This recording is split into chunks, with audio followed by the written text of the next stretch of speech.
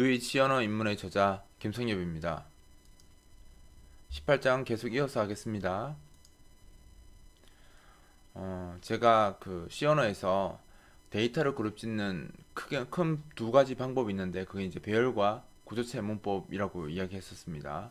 근데 배열과 이제 구조체가 데이터를 그룹 짓는 그 기준이 다른 문법이라고 했죠. 그래서 이 두 번째 영상에서는 18장 두 번째 영상에서는 이 두 가지를 비교하면서 어떻게 다른지를 먼저 좀 설명하도록 하겠습니다. 그리고 나서 연결 리스트에 대해서 계속 이어서 설명하도록 하겠습니다.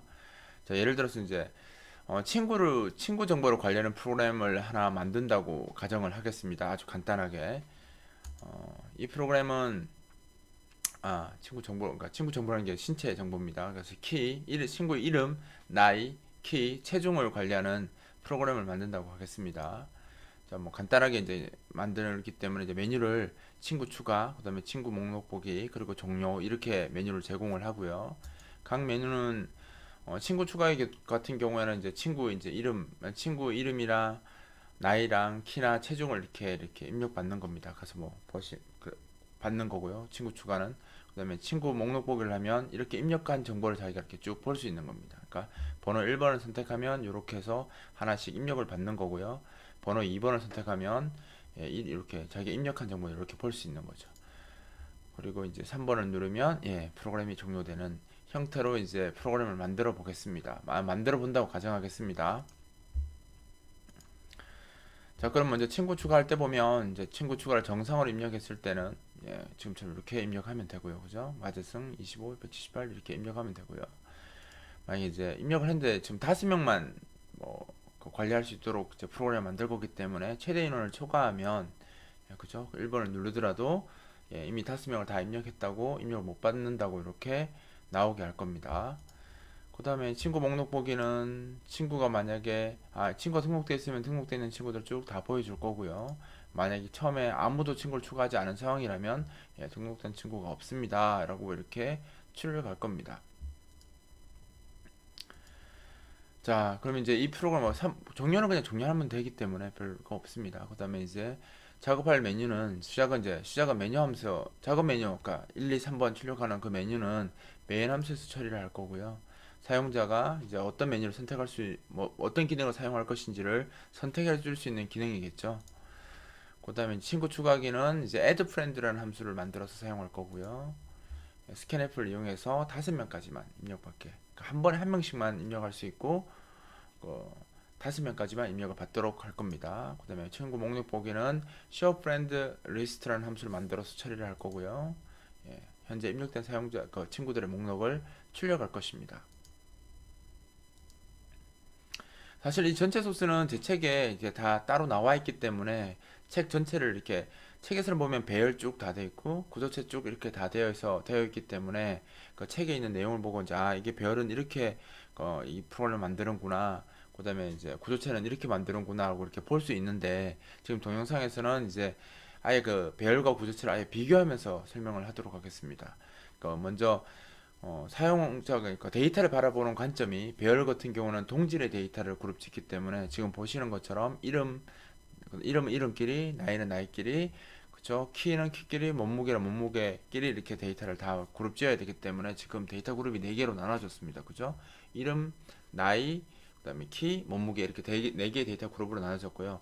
이름 같은 경우는 이름은 문자의 열이잖아요. 그럼 문자열 자체가 이미 배열이잖아요. 그 배열을 또 한 번 배열로 하기 때문에 2차원 배열로 해야 돼요. 사실 이 사용자가 5명이면 그러니까 친구가 5명이면 그 네임의 5에 그죠? 14 이렇게 해서 2차원 배열이 되어야 되는데 지금 이제 타입 디파인을 가지고 이름은 이름 14자, 그러니까 14자까지 저장할 수 있는 그 배열을 타입으로 이미 만들어서 마치 1차원 배열처럼 이렇게 선언을 했는데 실제로는 이 두 개가 합쳐진 거니까 결국은 네임의 5에 14, 즉 2차원 배열입니다. 그래서 이게 2차원 배열 형태로 선언이 된 거고요. 이걸 이제 똑같이 구조체로 사용하게 되면 소스는 뭔가 조금 더 길어 보일 겁니다. 왜냐하면 구조체로 정의하는 방법이 배열은 그냥 쭉쭉 이제 같은 거기를 묶어버리면 되지만 구조체 같은 경우 새로운 타입을 만드는 형태로 이것도 새로운 타입이긴 하지만 얘는 완전히 이제 새로운 타입을 만드는 것처럼 이렇게 구체적인 형태를 따로 가져야 되기 때문에 소스는 조금 길어 보일 수 있습니다. 그러니까 people이라는 새로운 구조체를 만드는데 이것을 이제 타입 디파인 갖고 person이라고 또 타입을 두 개 더 만드는 거죠. 이 people은 생략이 가능합니다. 그 안에 이제 사람이라는 걸 기준으로 이름과 나이와 그다음에 키와 몸무게를 이렇게 그룹 지어서 person 또는 people로 쓸 수 있도록 이제 새로운 자료를 만든 거죠. 그리고 나서 메인 함수 쓸 때는 그냥 friends라고 하나의 배열로 이렇게 표시를 합니다. 왜냐하면 이 person이 이미 데이터 그룹을 가지고 있기 때문에 friends는 5명이죠. 5명을 이렇게 선언하면 이 자체가 하나의 그룹이 되는 거죠. 그러니까 2000 배열 같은 형태도 필요가 없고요. 어차피 사람 그룹으로 한 사람당 기준으로 이제 데이터를 바라보는 거죠. 그래서 보시면 알겠지만 눈에 딱 들어오는 걸 처음에 이게 길어 보일지 모르겠지만 바라볼 때 그 소스를 볼 때는 이게 훨씬 더 편할 겁니다. 얘는 지금 막 배열들이 여러 개 쫙 이렇게 선언됐기 때문에 이것만 보느라도 이게 뭐지 하고 바라볼 텐데 얘는 딱 이쪽 편에 이제 구조 사용을 보면 아 이름 나이 키 몸무게 이렇게 하나의 그룹이구나 그리고 이게 한 사람의 정보구나 라니까 이게 더 생각하기가 편한 거죠. 우리가 일상적으로 사람 단위로 생각을 많이 하기 때문에 어떤 정보가 우리가 어떤 구체적인 대상을 가지고 자료를 많이 분류하기 때문에 이렇게 분류되어 있는 것보다는 이렇게 분류되어 있는 게 보기가 더 편하죠. 그리고 그 사람, 그러니까 이 관리하는 것도 그냥 한 개의 그룹, 그러니까 한 개의 배열로 이렇게 쭉 관리하고, 이 프렌즈 한 명 한 명이 이런 정보를 갖고 있다고 생각하면 되기 때문에 사실 메인 쪽에서 봤을 때도 소스가 훨씬 간단하고 생각 보기도 훨씬 더 편합니다. 그죠? 이렇게 선언해야 될 것을 얘는 이렇게 하나 선언하고 이렇게 선언하는 거죠. 이건 타입이니까 결국은 이렇게 선언하는 거죠. 실제 쓸 때도 보면 배열의 경우에는 각각의 배열이니까 배열 하나하나를 넘겨야 되기 때문에 인자로 이렇게 여저분하게 이렇게 뭐 이름 따로, 나이 따로, 키 따로, 몸무게 따로, 그리고 카운트 이렇게 넘어가서 개별적으로 이렇게 포인터 쓰고 막 해서 이렇게 스캔F로 쭉 봤습니다. 이름, 나이, 키, 몸무게 이렇게 쭉 봤고요.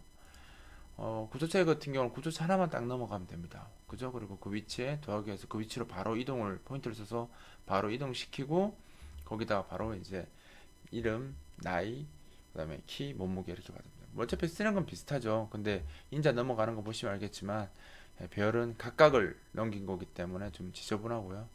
구조체를 사용하면 이렇게 깔끔하게 넘어갑니다. 그리고 생각하는 것도 훨씬 더 깔끔하고 보는 것도 보십시오. 이렇게 보는 거하고 이렇게 보는 거하고 바라보는 게 프렌드의 이름, 프렌드의 나이, 프렌드의 그 뭐죠? 키, 몸무게 이렇게 바로 좀 더 직관적으로 바라볼 수 있어요. 이렇게 되면 뭔가 예, 뭐 이렇게 편하시면 이렇게 쓰셔도 상관은 없습니다. 그러니까 데이터를 바라보는 기준이 다르고 관점이 다른 건데 무엇이 사실 좋다 나쁘다를 떠나서 그 자기가 편한 표현 사실 쓰면 되는 거거든요. 근데 대부분의 경우에는 이게 더 편하다는 거죠. 이게 더 편하고 이렇게 관리하는 것도 훨씬 편하잖아요. 얘는 이렇게 너저분하게 넘어가는데 이렇게 깔끔하게 넘어가기 때문에 아무래도 구조체를 사용하는 편이 좀 더 일반적이긴 합니다. 더 좋은 편이죠. 그쵸 보시면 예. 어떠세요? 이게 더 편하십니까? 이게 편하시면 이거 쓰셔도 돼요. 그 구조체가 편하시면 이거 쓰시면 되고요. 그 다음에 사용하는 쪽 볼게요. 그 사용자 그러니까 저장된 사용자를 그러니까 출력하는 부분을 보면 쇼 프렌드 리스트에 보면 이제 이것도 다 출력이 되니까 인자로 다 넘어왔죠. 애들 다 넘어오고 이렇게 포인터 써서 쭉 출력합니다. 근데 구조체는 구조체 하나만 넘어오면 되기 때문에 구조체 자체가 그룹이니까 하나만 넘어오기 때문에 하나만 넘어왔고요. 그 다음에 이렇게 쭉 나열해서 보여주면 됩니다. 이것도 뭐 보시면 뭐 저는 이게 편한데 많은 사람들이 이게 편하다고 하지만 자신이 봤을 때 뭐 이것도 별로 불편한 게 없다라고 하시면 이거 쓰시면 돼요.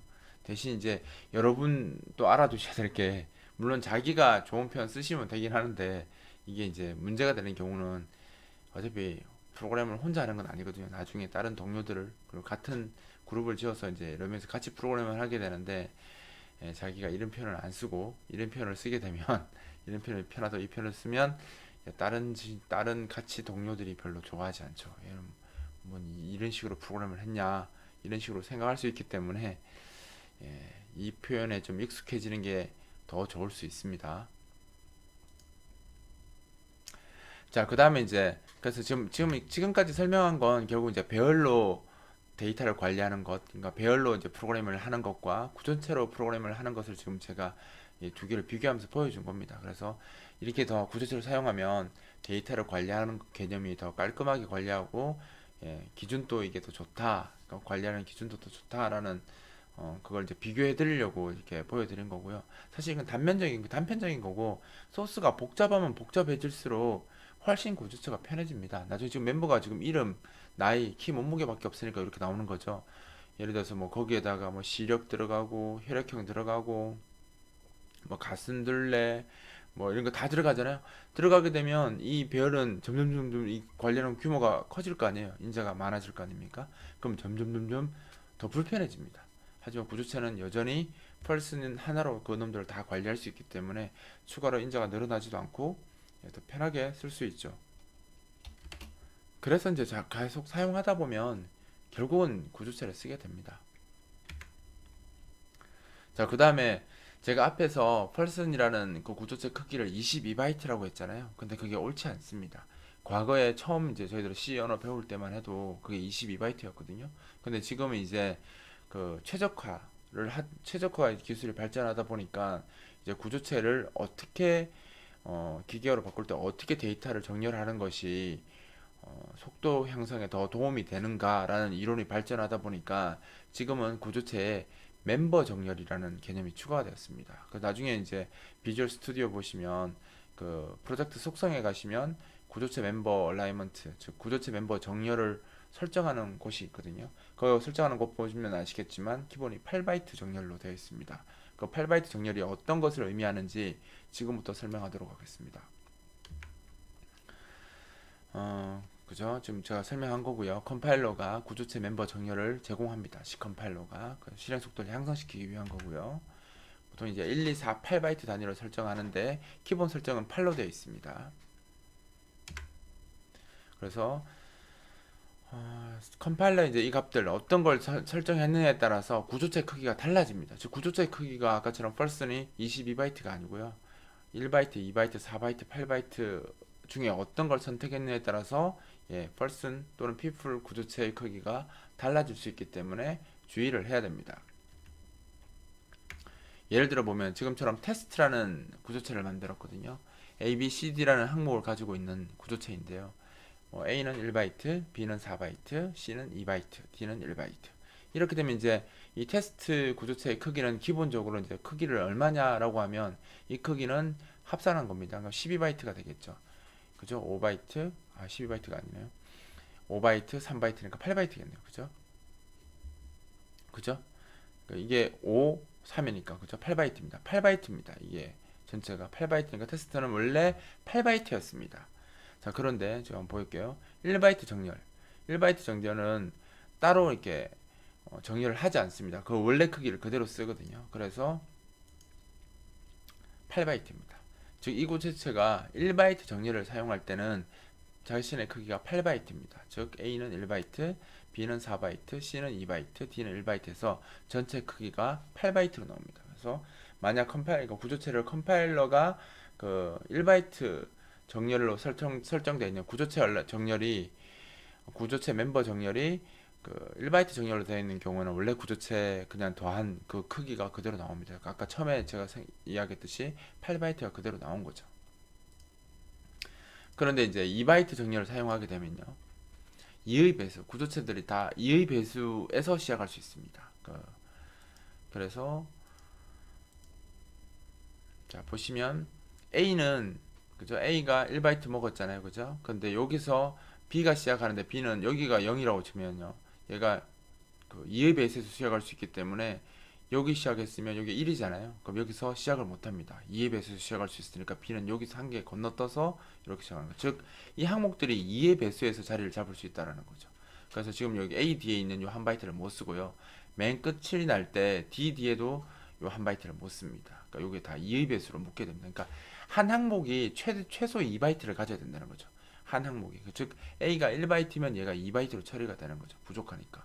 그래서 A가 2바이트니까 그러니까 자기가 1바이트인데 2보다 작으니까 자기보다 더 큰 값, 그러니까 2바이트씩 이렇게 그룹이 지어지는 겁니다. 그러니까 A 뒤에 1바이트, D 뒤에 1바이트가 손해보는 거죠. 그래서 실제로 테스트 이 항목을 2바이트 정렬로 설정하면 이제 이 크기가 8바이트가 아니라 10바이트로 나온다는 거죠. 10바이트. 그래서 자기 얼라이먼트만 작으면 그 부분이 채워지는 겁니다. 그리고 테스트 함수, 테스트 구조체를 4바이트 정렬로 이용하면 4의 배수에서 시작합니다. 4의 배수. 자, 그래서 구조체의 크기가 4의 배수가 돼야 되거든요. 그래서 보시면 이제 손해를 많이 봅니다. A가 그죠 1바이트잖아요. A가 1바이트인데 B가 지금 4바이트입니다. 그래서 지금 보시는 것처럼 이 4바이트 크기를 건너갑니다. 그러니까 만약 B가 2바이트였다면 여기 들어올 수 있거든요. 들어올 수 있는데 B가 4바이트 크기이기 때문에 남은 공간에 못 들어가서 4의 배수, 그 다음 4의 배수로 시작해야 됩니다. 그래서 A, D에는 3바이트가 그냥 버려지게 되는 거고요.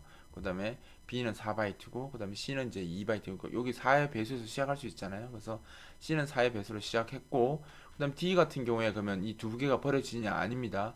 왜냐면 D가 지금 4바이트보다 작기 때문에 자기보다 더 작은 정렬을 사용하거든요. 그래서 CD에 있는 이 2바이트, 남은 2바이트 안에 D가 들어올 수 있잖아요. 즉 4바이트 정렬이라고 하더라도 무조건 4의 배수로 넘어가는 게 아니고요. 지금 여기에 못 들어간 건 B가 4바이트 크기이기 때문에 남은 3바이트에 절대 못 들어오잖아요. 그래서 B가 못 들어오기 때문에 이 3바이트가 버려진 건데 C는 CD에 2바이트가 버려질 줄 알았는데 이 나머지 D가 크기가 이 2바이트 안에 들어올 수 있는 크기잖아요. 그러니까 short int면 들어올 수 있고 그 다음에 캐릭터도 들어올 수 있잖아요. 그래서 요게 자리를 잡은 겁니다. 대신 이 뒤에 있는 한 바이트는 이제 더 이상 쓸 수 없기 때문에 그죠? 이 버려지는 거고요. 그래서 4의 배수가 됩니다. 이렇게. 그러니까 12바이트가 되는 거죠. 그래서 아까 1바이트 정렬일 때는 테스트 구조체가 그죠? 8바이트였고요. 그다음에 2바이트 정렬일 때는 10바이트였고요. 그다음에 4바이트 정렬되면 이 테스트 구조체가 12바이트가 된다는 겁니다.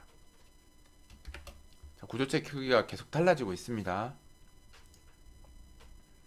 그 다음에 이제 8바이트 정렬을 볼 텐데 앞에 지금 작업했던 것들이 다 지금 이 항목들이 그 4바이트보다 큰 게 없잖아요. B가 지금 4바이트로 제일 크니까. 그래서 이 구조체에 내가 8바이트 얼라이먼트를 적용하면 기본적으로 이 구조체 항목이 8바이트 크기를 가진 변수가 하나도 없으면 8바이트 정렬이 적용이 안 됩니다. 그 중에서 가장 큰 것, 그러니까 지금 여기처럼 4바이트가 제일 크잖아요. 그럼 4바이트 정렬을 먹습니다. 즉 내가 구조체를 선언했는데 구조체 안에 변수 그 항목들이 8바이트 크기를 가지고 있지 않으면 8바이트 정렬로 세팅해봤자 그 중에서 가장 큰 것, 즉 여기 같으면 4바이트 크기로 구조체 정렬이 먹거든요. 그래서 구조체 정렬을 좀 바꿨습니다. 설명을 위해서 지금 보시는 것처럼 B를 더블로 바꿨습니다. 더블로 바꾸면 얘가 8바이트가 되니까 이 전체가 이제 8바이트 정렬이 먹습니다. 그럼 어떻게 되는지 볼까요? 8의 배수가 되어야 되고요. 엄청난 낭비가 생깁니다. 지금 보시는 것처럼 A가 되고 뒤에 7바이트가 남았지만 B는 8바이트이기 때문에 여기 못 들어옵니다. 못 들어오면 이 7바이트는 다 버려지는 거고요. 그 다음 8바이트가 나오고 뒤에는 또 이렇게 2바이트와 1바이트는 아까 들어갈 수 있다고 했죠. 7바이트가 남았으니까 아니죠. 6바이트가 남았으니까 그 뒤에 D가 들어왔고 D 뒤에 있는 5바이트는 버려지게 되는 거죠. 그래서 지금 보시는 것처럼 이 구조체는 24바이트가 됩니다. 원래는 1바이트 정렬이면 얼마겠습니까? 12바이트가 돼야 되죠. 근데 지금 보시면 24바이트가 되는 거죠. 8바이트 정렬일 때는. 그래서 우리가 구조체를 선언할 때 그 구조체 멤버 정렬이 적용되기 때문에 그리고 기본이 다 8바이트로 되어 있습니다. 8바이트로 되어 있기 때문에 자기가 구조체를 쓸 때 8바이트 항목이 있으면 정말 구조체를 신경 써서 항목을 설정해 주셔야 됩니다. 왜냐하면 지금 보시는 것처럼 잘못 설정하면 이렇게 낭비가 엄청나지거든요. 엄청나기 때문에 자기가 좀 신경 써서 많이 써야 됩니다. 예를 들어서 같은 그 항목끼리 같이 모아주면 좋습니다. 지금 보시는 것처럼 이렇게 선언하잖아요. 아까 설명했던 대로 선언하면 크기가 아까 24바이트가 나오잖아요. 근데 이렇게 선언하면 똑같은 항목입니다. 지금 보면 B가 밑으로 내려갔고요. 그죠? 그다음에 같은 캐릭터끼리 묶어주고 그다음에 short 묶고 이 더블 묶었잖아요. 이렇게 묶으면 지금 어차피 둘 다 항목은 같잖아요. A, B, C, D. 그러니까 A, B, C, D라고 썼고 얘는 A, B, C, D 순서만 바꾼 겁니다. 구조체 안에서 순서만 바꿨는데 크기가 아까 얘는 24바이트였잖아요. 얘는 16바이트로 줄어듭니다. 똑같은데. 그죠? 왜냐면 정렬이 이제 같은 것끼리 들어갔기 때문에 이렇게 작아졌죠. 요 4바이트가 버려지는 겁니다. 즉 구조체를 선언할 때 그 멤버 항목과 항목이 정렬, 그러니까 멤버 얼라이먼트, 멤버 정렬이 일어나기 때문에 자기가 이렇게 무턱대고 그냥 막 쓰는 것보다는 같은 항목끼리 묶어주면 정렬이 잘 되어서 중간에 버려지는 공간이 적은 거죠. 그래서 가능하면 꼭 그런 건 아니지만 가능하면 작은 바이트 애들을 앞에 두고요. 그다음에 그리고 크기가 같은 애들을 같이 묶어서 잘 정렬하시면 지금 보시는 것처럼 구조체 그냥 선언한 그 순서만 잘 바꿔도 똑같은 구조체에서 지금 보시면 얼마나 더 이득 본 겁니까? 아까 24바이트가 16바이트를 줄었으니까 8바이트나 이득을 본 겁니다. 그냥 아무것도 하지 않고 8바이트를 이득을 본 거죠. 그래서 실제 이제 구조체를 쓸 때도 자기가 이렇게 조금 더 신경 써서 작업해 주시는 게 좋습니다. 자, 그래서 우리가 앞에서 제가 그 구조체 멤버 정렬이 적용되었기 때문에 구조체 크기를 우리가 머리로 생각하시면 안 돼요. 그러니까 아까처럼 내가 정렬하는 거에 따라서 24바이트가 될 수도 있고, 뭐 8바이트가 될 수도 있고, 뭐 10바이트가 될 수도 있고, 12바이트가 될 수도 있고, 뭐 24바이트가 될 수도 있잖아요. 그런데 그거를 이제 자기가 대충 암선으로 생각해서 이거 16바이트야 하고 이렇게 쓰시게 되면 멤버 정렬이 바뀌면 예, 자기가 원하지 않는 크기가 되어서 프로그램에 오류가 날 수도 있습니다. 즉 버그가 발생할 수 있죠. 그래서 자기가 잘 안다고 할지라도 혹시 모를 설정의 문제가 생길 수 있으니까 구조체의 크기를 다룰 때는 직접 구조체의 크기를 쓰시는 것보다 지금 보시는 것처럼 사이즈 오브 스트럭처 테스트 이렇게 구조체의 크기를 사이즈 오브 연산자를 이용해서 할당하는 것이 훨씬 더 안전합니다. 그래서 구조체의 크기는 절대 상수로 쓰지 마시고요. 사이즈 오브 연산자를 이용해서 구조체를 써주시는 게 나중에 코드 유지 보수도 편하고 버그를 피할 수 있는 방법입니다. 자, 지금부터 이제 연결 리스트에 대해서 설명할 건데요. 사실 연결 리스트 내용이 좀 어렵고 복잡할 수는 있습니다. 좀 이해하기가 힘들 수도 있고. 그래서 보통 뭐 다른 데서 보면 그냥 연결 리스트 뭐 제공되는 라이브러리도 많고 뭐 나중에 C++ 배우시면 제공되는 클래스도 있으니까 그냥 써라. 링크드 리스트 그냥 뭘 만들어 쓰냐 하는데 사실 범용적인 링크드 리스트를 써야 되는 경우도 있지만 어떤 스피드를 내거나 아니면 심플하게 자료 구조를 만들기 위해서 자기가 연결 리스트를 약간 자기 나름대로 변형해서 써야 되는 경우도 있기 때문에 연결 리스트 정도는 알아두는 게 좋습니다. 그러면 연결 리스트를 어떤 경우에 쓰는지에 대해서 먼저 설명을 조금 드리면 우리가 앞에서 뭐 더하기 프로그램을 만든다고 했을 때 더하기 프로그램 그러니까 사용자가 숫자를 입력하고 그 입력된 숫자를 쫙 더해서 합산하는 그리고 그 더한 그 더하는 데 사용된 그 뭐죠? 이 숫자를 다 기억하면서 그걸 합산하는 프로그램을 만들려면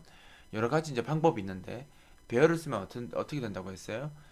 그 만약에 사용자가 몇 개를 입력할지 모르기 때문에 배열을 사용하게 되면 사용자가 입력할 수 있는 최대 수를 미리 정해야 됩니다. 그래서 뭐 1000개 이렇게 넣으면 1000개만큼 메모리가 만들어지는 거죠. 뭐 정수형 값을 입력받는다면 4 곱하기 1000이니까 4000바이트의 메모리가 만들어지는 거예요. 근데 사용자는 뭐 한 3개 더하고 끝나버리면 실제는 4000바이트 중에서 12바이트밖에 안 쓴 거죠. 그러니까 메모리 낭비가 심해질 수 있습니다. 또한 1000개로 자기가 잡아놨다고 하더라도 사용자가 입력하다가 1000개를 넘어갈 수도 있잖아요. 뭐 1100개를 입력하게 되면 프로그램이 죽습니다. 왜냐면 얘는 1000개까지만 배열을 쓰면 1000개까지만 자기가 입력받도록 프로그램을 했다면 1000개를 넘어가는 순간에 이제 메모리 오버플로가 생겨서 메모리 침범이 생겨서 죽겠죠.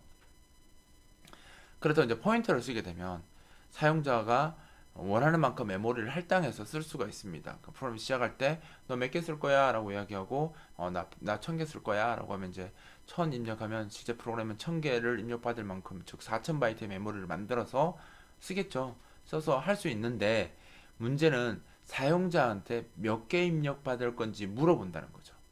그러니까 사실 좋은 프로그램이라는 것은 사용자가 뭐 이렇게 설정을 많이 하는 것보다 알아서 해주는 게 더 좋거든요. 그러니까 예를 들어서 배열처럼 미리 다 정해놓고 그거 넘어서면 프로그램 죽고 그다음에 넘어서지 않으면 메모리 낭비하고 이거 좋은 방법 아니고요. 포인트는 그런 것을 극복할 수는 있지만 뭘 합니까? 사용자한테 너 몇 개 쓸 거야? 이렇게 물어보게 되면 사용자가 매번 시작할 때마다 내가 몇 개 쓸 건지 생각하고 이렇게 입력을 해야 되잖아요. 근데 사실 더 좋은 방법이라고 한다면 내가 몇 개 쓸 건지 물어보지 않으면서 프로그램이 알아서 내부적으로 그걸 다 처리해 줄 수 있으면 사실 가장 좋죠. 그러니까 내가 몇 개 할 줄 알고 내가 뭐 지금은 5개 하고 100개 하고 1000개 하고 10,000개를 하더라도 프로그램이 알아서 메모리를 관리해서 그것을 다 저장하고 합산할 수 있다면 그것이 가장 좋은 것이겠죠. 그래서 지금 마지막에 이야기 드린 프로그램이 알아서 메모리를 관리하고 메모리가 필요하면 더 늘리고 필요 없으면 줄이고 하는 이 구조를 만들어낼 수 있는 게 연결 리스트입니다. 그래서 다시 그 더하기 프로그램을 가지고 제가 연결 리스트를 다시 설명하도록 하겠습니다. 지금 제가 얘기한 거 요약을 한 거고요. 배열을 정해진 숫자만큼 이제 숫자를 입력받을 수 있는 거고, 동적 할당은 사용자한테 숫자를 입력받아야 되는 거고, 연결 리스트는 사용자가 뭐 몇 개를 입력하든지가 알아서 다 관리를 하는 개념이죠. 그럼 이제 연결 리스트를 이제 어떻게 만드느냐, 이것을 이제 먼저 한번 생각을 해봐야 됩니다. 뭐 생각하면 간단하죠. 그냥 이론적으로 간단합니다. 사용자가 늘 때마다 숫자를 입력할 때마다 그 입력할 수 있는 메모리를 만들어서 계속 늘려나가는 거죠. 그러니까 즉 사용자가 하나 입력하면 그때 이제 하나 메모리 만들어서 저장하고, 또 하나 입력하면 또 메모리 하나 만들어서 저장하고, 또 하나 만들어서 저장하고, 이렇게 하면 사실 그게 이제 사용자가 몇 개를 입력하든 다 할 수 있는 거죠. 배열은 미리 다 만들어 놓는 것, 동적 할당은 사용자한테 물어보고 한 번에 다 만드는 것, 연결 리스트는 사용자가 입력할 때마다 하나씩 만들어 가면서 메모리를 하나씩 늘려가면서 사용하는 방법입니다. 뭐 이론은 간단합니다. 생각을 한번 해보세요. 자, 동적으로 메모리를 계속 만든다고 하는 것은 그죠? 숫자만큼 동적 메모리를 만들어야 되잖아요. 저장하기 위해서. 그러면 이제 이 동적 메모리를 다 전부 다 포인터가 이렇게 다 관리를 해야 되잖아요. 동적 메모리를 할당하면 그 주소를 포인터가 관리해야 되니까. 즉 무슨 말이냐면 사용자가 숫자를 입력할 때마다 그 숫자를 입력할 메모리를 만든다는 뜻은 그 메모리를 기억하기 위한 포인터도 같이 만들어야 된다는 뜻이에요. 즉 무슨 말이냐면 지금처럼 숫자를 n개만큼 입력받으려면 포인터도 n개만큼 있어야 된다는 거죠. 왜냐면 이 숫자를 기억해야 되니까. 근데 이렇게 되면 지금 보시는 것처럼 이렇게 되면 어떤 문제가 생기냐면 포인터 1이 숫자를 가리키고 포인터 2가 숫자 1을 가리키는데 결국 연결고리가 없어지게 됩니다. 즉 무슨 말이냐면 포인터는 하나의 대상만 가리킬 수 있거든요. 그러니까 지금 이렇게는 연결이 잘 됐는데 그죠? 각각의 포인터와 숫자는 연결이 잘 되었지만 문제는 뭐냐면 포인터 1 요거 다음에 얘가 있는지 알려면 이것 때문에 이렇게 연결돼야 되는데 숫자가 포인터를 기억할 수는 없잖아요. 또한 포인터는 하나의 대상만 가리킬 수 있죠. 근데 자기는 숫자를 가리키고 있으니까 이 두 번째 오는 포인터를 가리킬 수 있는 방법이 없잖아요. 그래서 실제로 이것들이 연결이 안 되고 다 끊어집니다. 그죠? 요거 하나, 요거 하나. 저 근데 프로그램은 이거 하나를 통째로 관리하려면 이 자체가 다 연결돼야 되는데 숫자가 포인터를 가리킬 수 있는 방법은 없고요. 포인터가 두 개의 데이터를 가리킬 수 있는 방법도 없기 때문에 지금 아까 설명했던 사용자가 입력할 때마다 숫자를 입력할 때마다 그것을 하나씩 동적 메모리 할당해서 저장한다라는 그 개념은 굉장히 쉬운데 실제로 프로그램을 표현하려고 하면 쉬운 건 아니라는 거죠. 왜냐하면 개별적으로 관리되어 있는 이놈들을 다 연결을 해야 되기 때문에. 그래서 이제 구조체를 조금 이용하게 됩니다. 어떻게 하냐면 지금 우리가 생각하는 건 아까 이야기 드렸듯이 숫자 하나당 포인터가 하나씩 필요하잖아요. 그러면 생각을 할 때 조금만 생각을 바꾸시면 됩니다. 우리는 숫자를 입력받았을 때 원래 이제 포인터는 하나가 있어야 되니까 하나가 최초 시작 하나는 있어야 됩니다. 이놈이 있어야지 그 동적 메모리 할당을 가리킬 수 있으니까 최초에는 포인터 하나만 있고 그다음 사용자 숫자를 하나 입력하잖아요. 그러면 숫자를 하나만 동적 할당한다고 생각할 필요 없이 숫자와 포인터를 그룹 지어서 하나를 할당하게 되면 이렇게 지금 보처럼 그룹 지어서 하나로 숫자와 포인터를 하나로 할당하게 되면 여기 포인터가 하나 더 생기게 되는 거죠. 이 숫자에다가는 사용자가 입력한 정보를 여기다 저장을 하고요. 이 포인터는 이제 다음 데이터를 위해서 하나 남겨두는 거죠. 그러니까 포인터는 이제 하나고 숫자 하나 여기 하나가 매칭이 된 거고 여기 다음 포인터가 하나 더 생긴 거죠. 따라서 만약에 다음 게 들어오면 이렇게 관리하면 된다는 거죠. 그러니까 요 포인터가 그 다음 걸 관리하게 되는 거죠. 그러니까 아까처럼 이렇게 한 그룹이고요. 이렇게 한 그룹인 거죠. 이렇게 되면 이제 사용자가 숫자를 입력할 때마다 숫자 한 개를 저장하고 포인터를 한 개를 저장할 수 있는 메모리가 하나 더 생기는 거죠. 그래서 지금 보시는 것처럼 이렇게 하면 계속 이렇게 숫자를 입력하더라도 이 고리가 계속 연결될 수 있는 거죠. 앞 페이지에서는 포인터 1 숫자 1 이렇게 하나 그룹 지어지고 포인터 2 숫자 2 이렇게 그룹 지어질 수는 있지만 그 포인터 1과 포인터 2가 연결되지는 못하는데 지금처럼 이렇게 숫자와 포인트를 하나의 그룹으로 메모리 할당을 내버리면 둘이 연결돼 있잖아요. 물리적으로 연결되어 있기 때문에 포인터 1이 이 그룹을 가리키게 되면 이 그룹 안에 있는 이 포인터가 다음 그룹을 가리킬 수 있기 때문에 이렇게 연결이 딱딱딱 되기 때문에 이런 형태를 보고 우리가 뭐라고 하냐면 연결 리스트라고 합니다. 이렇게 이제 관리하는 것이 연결 리스트고요. 자, 그러면 지금 보시는 것처럼 이렇게 하나의 그룹 있죠. 요거 하나를 우리가 뭐라고 부르냐면 노드라고 부릅니다. 보통 자료 구조에서 요거를 노드라고 부르고요. 이 노드를 선언할 때는 좀 숫자는 정수일 거고요. 포인터는 포인터잖아요. 그럼 서로 다른 그 데이터들이죠. 둘은 데이터이기 때문에 서로 다른 데이터를 그룹 지을 때는 뭘 쓴다고 했습니까? 배열이 아니라 구조체를 사용합니다. 그래서 지금 노드를 이렇게 선언했습니다. 스트럭처 노드로 소문자로 선언했고 이거 사용자 새로운 게 선언한 자료이겠죠. 그리고 요 밑에 보시면 타입 디파일을 이용해서 대문자 노드로 하나 더 만들었습니다. 이렇게 좀 길게 적어야 되니까 짧게 적으려고 대문자 노드로 선언했고요. 이 구조체 안에는 정수를 저장할 수 있도록 넘버라는 변수를 항목을 하나 가지고 있고요. 그 다음에 다음 구조체의 포인트를 다음 그 노드를 가리키기 위한 포인트를 이렇게 하나 더 가지고 있습니다. 얘는 타입 디파인 되기 전이기 때문에 여기 대문자 노드 쓰면 안 되고요. 스트럭처 노드를 적어야 됩니다. 그래서 자기 자신과 같은 거예요. 얘가 가리킬 포인트는 그 다음 노드잖아요. 그러니까 자기 자신과 동일한 노드를 가리킬 수 있는 포인트를 여기다 선언한 거죠. 즉 정수 하나랑 포인트 하나를 이렇게 선언을 한 겁니다. 이렇게. 그래서 요 전체를 요거 하나를 노드라고 부르기 때문에 이름을 노드라고 한 겁니다. 자, 그럼 노드를 한번 이어가는 걸 한번 볼까요?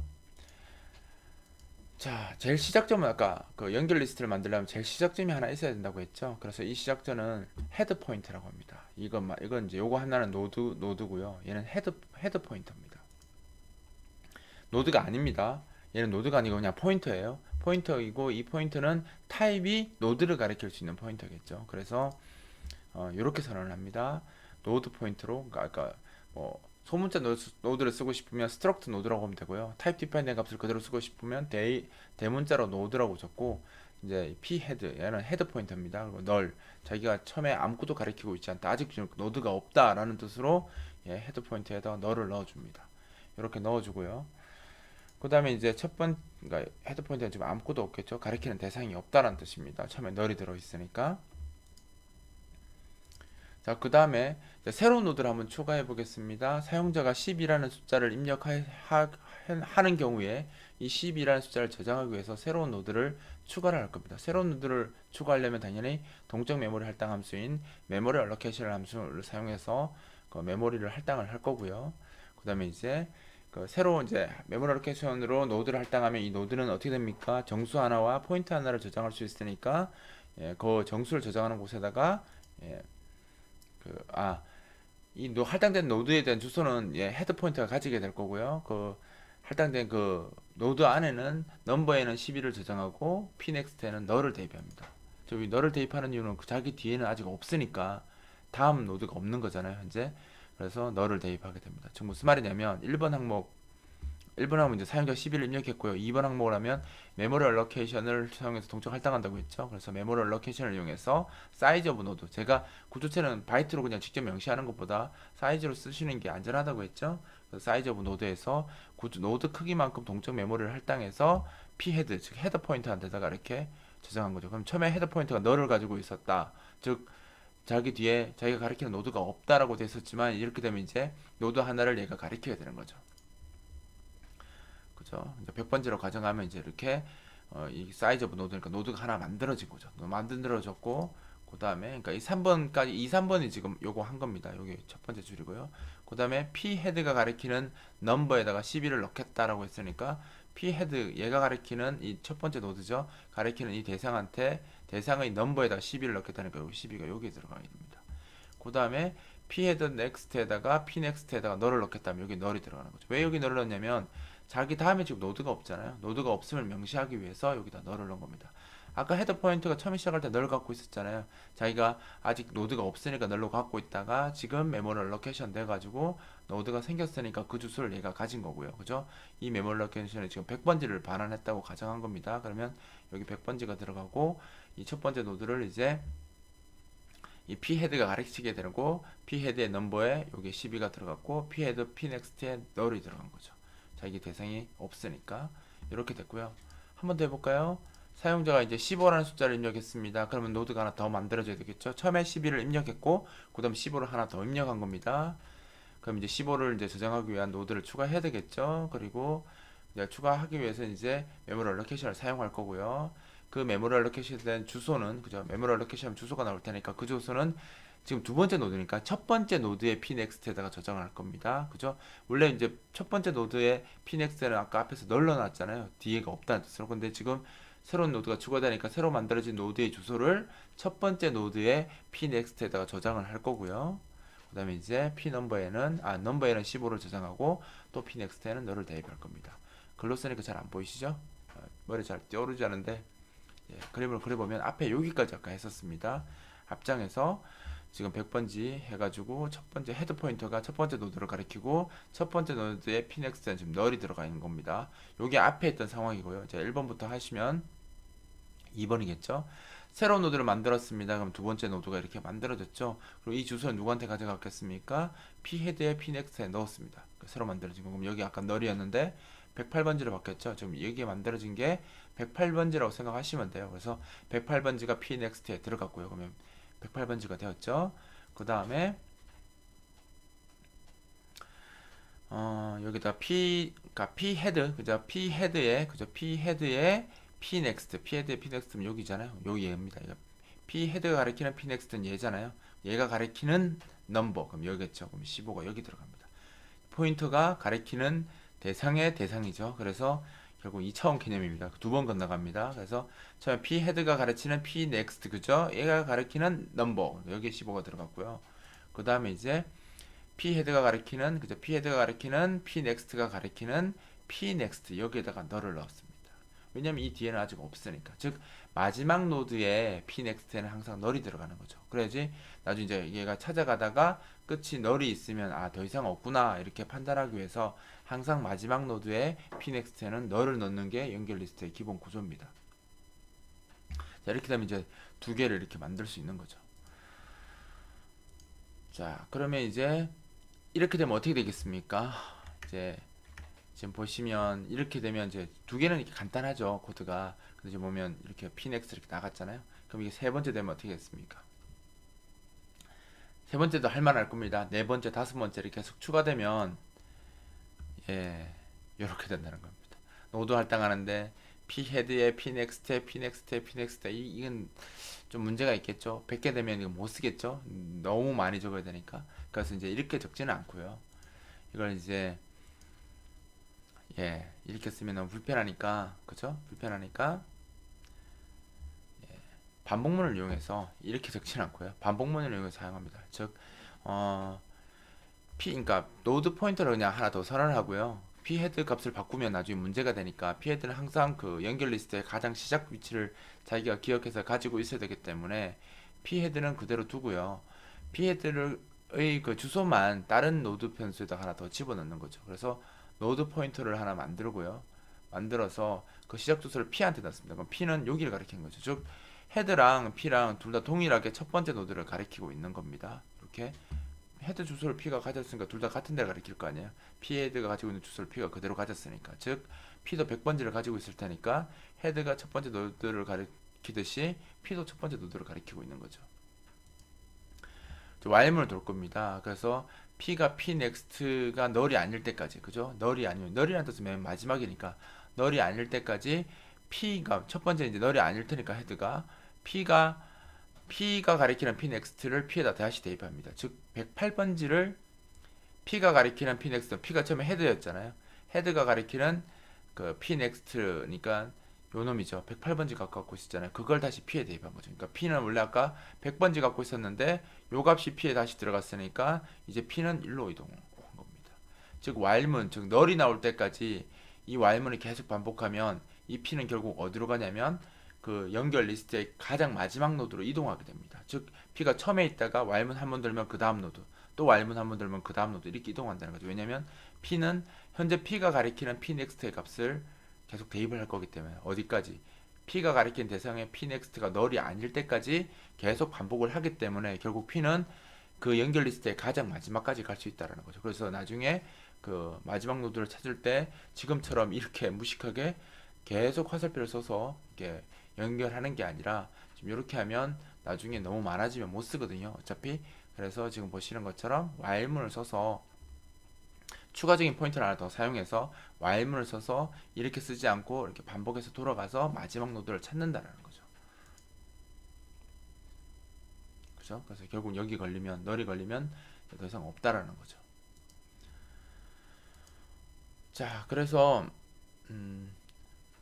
숫자를 넣을 때 이제 그 공식을 좀 할게요. 공식화를 그러니까 함수화를 좀 시키면 아까 이제 노드가 하나도 없는 경우와 노드가 있는 경우를 나눠서 사실 처리를 해야 돼요. 앞에서는 그냥 하나씩 그냥 설명하기 위해서 그냥 바로바로 했었는데 이걸 이제 함수화 처리를 하려면 그 노드가 있느냐 없느냐 쓸 때도 보면 실제로 2차원 포인트로 썼죠. 왜냐하면 이 add number를 호출하는 쪽에서는 1차원 포인터일 테니까 그죠? 1차원 포인터인데 이 주소를 넘겨야지만 자기 값을 받아올 수 있잖아요. 이 포인터가 값을 받아와야 되기 때문에 지금 이건 뭐냐면 p 헤드가 가리키는 그 연결 리스트에다가 15를 저장하라는 뜻이거든요. 15라는 정수를 저장하라.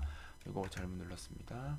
저장하라는 뜻으로 했기 때문에 이 주소가 이렇게 넘어가서 2차원 포인트로 간 겁니다. 그러니까 1차원 포인트를 주소를 넘겼기 때문에 받는 쪽에서는 이제 2차원 포인트 주소로 받은 거죠. 받아서 지금 보시는 것처럼 포인터 pp 가리키는 대상이 널이 아니냐로 물은 겁니다. 이게 무슨 말이냐면 p 헤드가 널이라는 뜻은 뭐예요? 아직 노드가 하나도 없다라는 겁니다. 그러니까 p 헤드가 저희가 제일 그 노드의 그 헤더인데 그죠? 헤더인데 자기가 헤더 노드인데 자기가 가리키는 대상이 지금 헤더 포인터인데 자기가 가리키는 대상이 지금 없다라는 거예요. 그럼 없는 거잖아요. 그러면 처음부터 노드를 하나 만들어야 되는 거죠. 그래서 그 경우를 이제 나눠서 처리해야 되기 때문에 지금 여기서 보면 if 문에 하나 걸린 겁니다. 저 p 헤드가 널이 아니다라는 뜻은 이미 노드가 있다는 뜻이고요.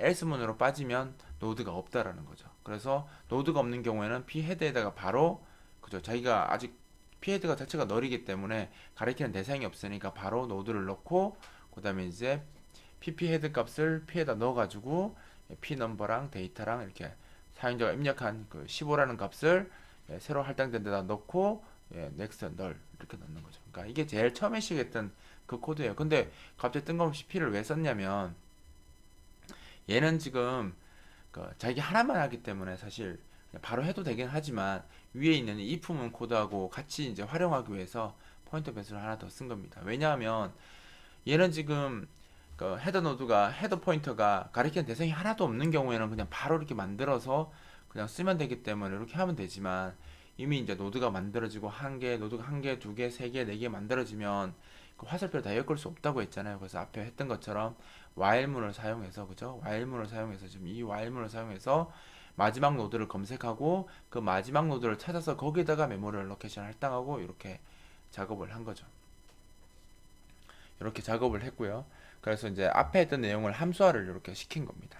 그러니까 앞에서는 그냥 하고 마지막에 이제 찾는 것만 이렇게 설명을 했었는데 지금 이제 add number를 사용해서 add number라는 함수를 하나 만들어서 linked 리스트에서 연결 리스트에서 항목 하나 집어넣었을 때 그걸 이제 아주 없을 때, 그러니까 헤더 노드가 헤더 포인트가 아무것도 안 가르쳐 있을 때는 이 else 문으로 들어와서 헤더 포인트에다가 바로 노드를 할당을 해서 그 주소를 노드 할당한 그 주소를 다시 p에 넣어서 새로 만들어진 곳에다가 정수값 대입하고 넘버에 정수값 대입하고 pnext에는 너를 넣는 그게 이제 첫 번째 하는 거고요. 이제 그 다음에 들어왔는데 p 헤드가 널이 아니다. 즉 헤더 포인터가 하나라도 이제 노드를 갖고 있는 경우는 이렇게 내려와서 그 헤더 포인터의 주소를 p에 넣어가지고요. 바로 앞장에서 설명한 겁니다. 넣어서 그 while문 돌면서 마지막 노드를 찾아가는 거죠. 마지막 노드를 찾으면 그 마지막 노드의 pnext가 원래 널을 가리키고 있었는데 거기다가 메모리를 할당해서 노드를 할당해서 저장하고 그 다음에 p는 이제 그 다음으로 넘어가서 그죠? 그 pnext가 가리키는 것을 이게 새로 할당된 거니까 next에다 p를 넣어서 그 마지막 새로 할당된 곳에다가 데이터 그 넘버에다가 데이터 넣고 pnext에다 너를 넣는 거죠. 자, 그런데 지금 앞에서 보시면 알겠지만 매번 새로운 노드가 추적될 때마다 어떻게 되겠어요? 이 while문은 계속 돌면서 이 while문이 길어지겠죠. 그러니까 1000개면 여기를 1000번을 돌아야 됩니다. 노드가 1000개면 이 while문이 1000번 돌아야 되겠죠. 왜냐면 while문 한 번 돌 때마다 노드를 하나씩 건너가는 거니까. 그러면 되게 노드가 양이 많아지면, 그죠? 노드가 양이 많아지면 노드가 추가될 때 이 반복해야 되는 횟수도 많아지겠죠. 그래서 보통은 이제 테일, 그러니까 앞에 그러니까 헤드는 헤더 포인터고요. 지금 맨 끝을 가리키는 테일 포인터를 보통 하나 더 사용합니다. 즉 무슨 말이냐면 아까는 헤더 포인터만 썼었는데요. 애드 넘버 할 때 이 테일 포인터를 하나 더 선언해서 보통 많이 사용합니다. 즉 무슨 말이냐면 지금 이거 DPIG를 보는 게 좀 더 나은데 한번 보여드릴게요. 즉 무슨 말이냐면 그 두 개의 노드가 있을 때 아까는 헤드 포인터만 갖고 이 끝이 널인 걸 찾아갔었잖아요. 그러니까 여기서부터 첫 번째 노드가 널이 아니면 다음 노드로 넘어가고 널이면 여기가 끝났구나 해서 이게 끝 노드다라고 이렇게 판단했는데 이렇게 사용하는 것보다 시작과 끝을 가리키는 포인터를 두 개를 사용하는 거죠. 그래서 테일 포인터는 이 마지막 노드를 가리키고 있는 겁니다. 그럼 테일 포인터가 마지막 노드를 가리키고 있으면 좋은 점이 뭐냐면 새로운 노드가 들어올 때 검색할 필요 없이 테일 포인터가 가리키고 있는 pnext에다가 걔를 연결하면 되거든요. 테일 포인터가 마지막 노드를 가리키고 있기 때문에 테일 포인터가 가리키는 대상의 pnext를 이용해서 그놈을 연결해버리면 새로 추가되는 노드를 연결해버리면 그냥 작업이 끝납니다. 즉 while문을 쓰지 않아도 되거든요. 아까 썼던 이런 while문을 쓰지 않아도 됩니다. 그래서 다시 앞쪽으로 다시 돌아가서요. 그러니까 add number를 헤드만 쓰는 게 아니고요. 테일이라는 포인트를 하나 더 쓰는 거죠. 테일 포인트를. 그래서 두 개를 써서 어떻게 쓰냐면 지금 이제 똑같습니다. 또 if else로 나눠지는데 소스가 왠지 좀 더 간단해진 것처럼 보이죠. 왜냐면 while문이 없어졌거든요. 즉 무슨 말이냐면 헤드가 널이 아니라는 뜻은 뭡니까?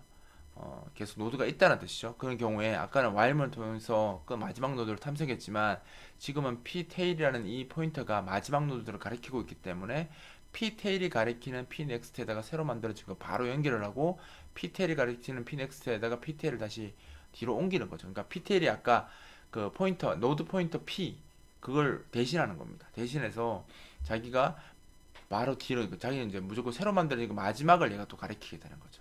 그러니까 자기가 원래 마지막 걸 가리키고 있었으니까 새로 만들어지는 것을 자기가 마지막 가리키고 있는 노드의 넥스트에다가 연결을 하고 새로 만드는 걸 연결을 하고 자기는 마지막으로 다시 이동해야 되니까 자기 자신은 그 마지막 노드의 다음 노드로 이제 다음 노드로 연결해서 이동을 한 겁니다. 비트는 이동을 해버리고 만약에 헤드가 널이 아닌 게 아니라 헤드가 널이다. 즉 헤드가 아무것도 안 가리키고 있었다라면 그냥 헤드에다 똑같이 노드를 새로 할당해서 바로 대입하고 노드가 하나밖에 없는 경우는 어떻게 되겠습니까? 헤드도 이 첫 노드를 가리키고 있고 테일도 첫 노드를 가리킬 거 아니에요. 그래서 헤드에다가 테일 값을 그냥 헤드 값을 테일에 바로 넣어버립니다. 즉 노드가 하나일 때는 이 하나의 노드를 헤드랑 테일에 다 같이 가리키게 되는 거죠. 그래서 헤드 값을 바로 테일에 넣고 그 다음에 테일이 어차피 맨 마지막을 노드를 가리키고 있기 때문에 가장 마지막에 만들어진 그 노드를 기억하고 있을 거 아니에요. 그래서 사용자가 입력한 값을 넘버를 그러니까 데이터를 넘버에 집어넣고 그다음에 마지막 거에를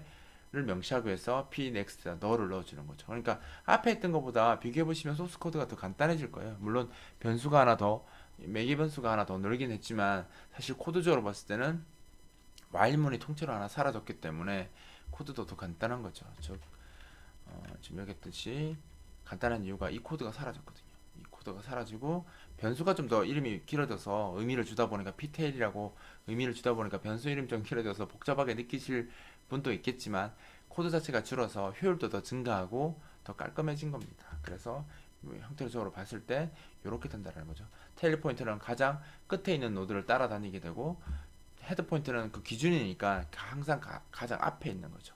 이렇게 해서 연결 리스트를 이제 연결하더라면 연결 더 추가되면 테일은 또 뒤로 가고 또 테일은 뒤로 가고 하면서 이 연결 리스트를 관리하게 됩니다. 그리고 이제 노드를 이제 이렇게 연결만 하는 게 아니라 쓰다 보면 지우기도 하겠죠. 그러니까 쓰던 거 지우기도 해야 되는데 지금 보시는 것처럼 그냥 아무 생각 없이 지우면 p 헤드를 그죠? p 헤드를 피해 놓고 while문 돌면서 하나씩 지우면 되잖아요. 근데 이제 지우면 이제 조심해야 될 문제가 뭐냐면 지금 제가 설명을 다시 할게요. 이렇게 되면 에러가 납니다. 즉 우리는 생각했을 때는 제일 앞에 피헤드가 가장 앞 노드를 가리키고 있잖아요.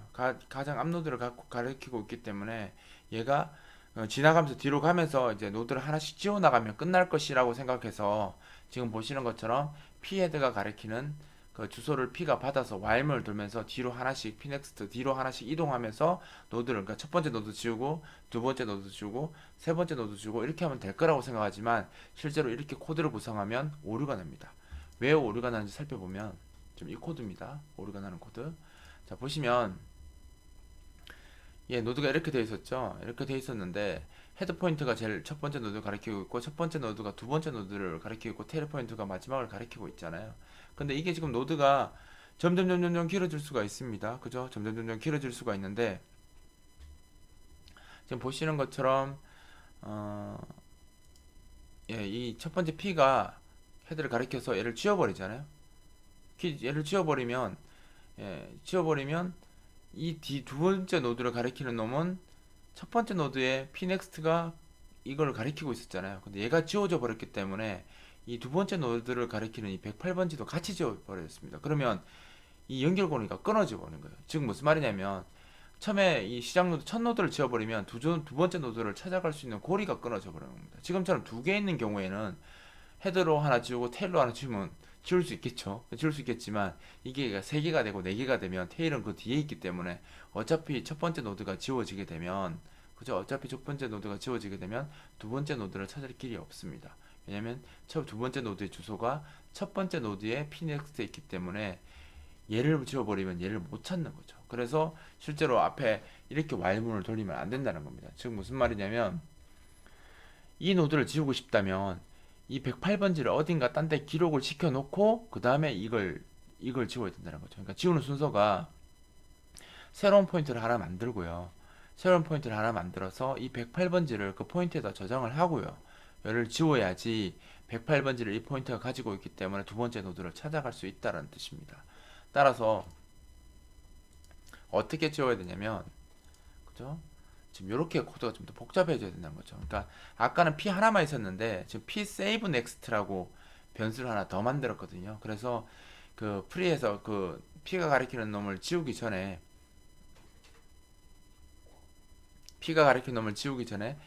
P가 가리키는 next 이게 없어지면 다음 노드 못 가잖아요. 그래서 이거를 P save next라는 변수에다가 백업을 합니다. P를 지우기 전에 백업을 해놓고 그다음 P를 지우는 거죠.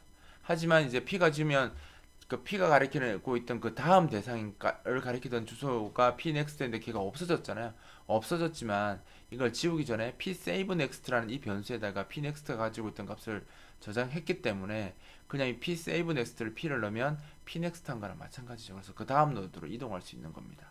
그렇게 이렇게 돌리다 보면 다 지울 수 있고요. 다 지우고 보면 이제 phead와 ptail은 다 지워졌으니까 둘 다 너를 넣어주면 이제 작업이 끝나게 되는 거죠.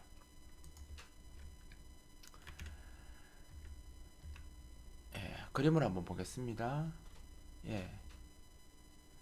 지금 이렇게 되는 경우에 이렇게 세이브가 P가 여기를 가리키고 있었죠. 가리키고 있었는데 그죠? 여기 이제 요 코드를 수행하게 되면 P가 가리키는 pnext가 얘잖아요. 108번지. 그죠? 이것을 psaveNext에 넣은 거죠. 그럼 psaveNext는 이제 그러니까 첫 번째 노드의 다음 노드의 시작 주소를 가지고 있는 거죠. 얘가 108번지를 가지게 되는 거죠. 이 상태에서 프리피를 하면 얘는 제거가 됐습니다. 즉 108번지를 더 이상 사용할 수 없습니다. P가 가리키는 108번지는 이미 지워졌죠. 지워져서 얘를 가리킬 수 있는 방법은 없습니다. 이제 연결고리가 끊어진 거죠. 끊어졌지만 이 108번지를 누가 가지고 있습니까? psavenext가 가지고 있다는 거죠. 그래서 이놈을 여기 있는 값을 P에다가 넣어주면 그죠? 이 값을 P에다 주면 P가 일로 이동해서 오는 거죠. 이렇게. 그 다음에 다시 이제 while문이 지금 이제 널이니까 끝날 텐데 만약에 또 있다면 다시 pnext는 그 다음 노드를 기억을 하고 얘가 지워지고 다시 P가 이동하고 이런 식으로 psaveNext가 한 개 먼저 가는 거죠. 포인트가 하나 먼저 가면서 이제 그 다음 노드를 자기가 기억을 하고 P는 자기가 가리키는 대상을 하나씩 지워오면서 가는 겁니다. 그렇게 되면 이제 연결고리가 끊어지지 않고 계속 while문을 돌면서 앞에 첫 번째 노드부터 두 번째, 세 번째, 네 번째 이렇게 지워갈 수 있는 거죠. 근데 반대로 생각하면 그럼 거꾸로부터 지워오면 안 되나 라고 생각할 수도 있잖아요. 거꾸로 그러니까 테일부터. 하지만 그렇게 안 되는 게 이거 지금 우리가 이런 리스트를 싱글 링크드 리스트입니다. 단일 연결 리스트. 즉 뭐냐면 앞에서 뒤로밖에 탐색이 안 됩니다. 앞에서 뒤로. 왜냐하면 넥스트죠. 그러니까 자기 뒤에 것은 기억하고 있지만 이쪽에서 두 번째 노드에서 첫 번째 노드로 올 수 있는 방법은 없습니다. 즉 이 노드들은 next를 기억하는, 즉 다음을 기억하는 방식이기 때문에 우리가 single linked list, 즉 단일 연결 리스트라고 하고요. 그 다음에 이제 pnext 말고 pprevious에서 노드가 자기 다음 것도 기억하지만 자기 앞 것도 기억하게 만들 수 있거든요. 그걸 이제 우리가 더블 링크드 리스트, 즉 다중 연결 리스트를 만들어 쓸 수 있습니다. 만약에 다중 연결 리스트 같은 경우는 뒤에서 앞으로 지워서 오게 되면 지금처럼 이렇게 복잡하지 않고 그냥 뒤에서부터 쭉 지워 나갈 수 있을 거고요. 근데 이건 지금 싱글 링크드 리스트이기 때문에 프리비어스라는 개념이 없어서 무조건 앞에서 뒤로 지워 나가야 되는데 앞에서 지우다 보면 연결고리가 끊어져서 못 지우기 때문에 지금 보시는 것처럼 save next 같은 함수를 사용해서 이렇게 지워 나가야 된다는 겁니다. 그죠? 이렇게 해서 할 수 있습니다. 그럼 이렇게 지워지겠죠? 그럼 끝납니다. 다 끝나고 나면 이제 깨끗하게 헤드와 테일을 다 널로 해주는 거죠. 다 지웠으니까 이제 자기가 가리키는 대상이 이제 없어졌기 때문에 둘 다 널을 넣어서 이제 초기화하면 되는 거죠.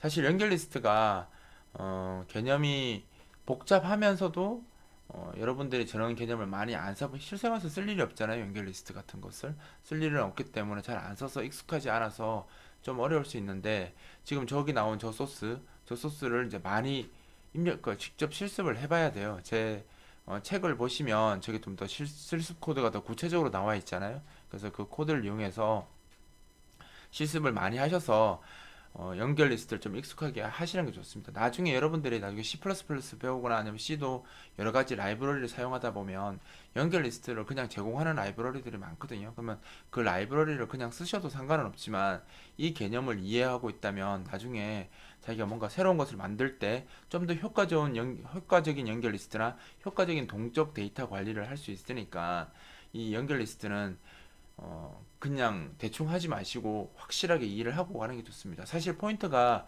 굉장히 좋은 개념이고 구조체도 굉장히 좋은 개념인데 그 하나하나의 문법을 이용하면 한계가 사실 있거든요. 그런데 지금처럼 이렇게 구조체와 배열을 이용해서 이 연결 리스트 같은 개념을 만들면 사용자가 굉장히 편하게 데이터를 쓸 수 있도록 프로그램을 만들 수가 있습니다. 그렇기 때문에 이 연결 리스트 같은 개념을 그냥 대충 보고 넘어가지면 안 되고요. 이거 사실 어렵다기보다는 익숙하지 않아서 그런 거니까 세 번, 네 번 반복하시면서 계속 이렇게 보시고 만약에 이제 이 부분들이 좀 제가 동영상 강좌로 상세하게 설명한다고 하긴 했지만 아직 부족한 부분이 있어서 잘 이해가 안 간다라고 하시면 저한테 이 댓글이나 제 뭐죠? 제 블로그에다가 댓글로 이렇게 남겨주시면 제가 그걸 보고 설명을 할 수 있도록 제가 블로깅을 더 해서 알려드리던가 할 테니까 이 연결 리스트 같은 경우는 꼭 이해하고 넘어가시는 게 좋습니다. 구조체와 연결 리스트 내용이 좀 많죠. 그러니까 이 부분을 제가 이렇게 길게 설명한 이유는 이게 그만큼 중요하고 실제 실전에서 많이 쓰는 기술이기 때문에 제가 이렇게 길게 설명한 거니까 제발 좀 열심히 공부하시기 바랍니다. 자, 18장은 여기서 마치도록 하겠습니다.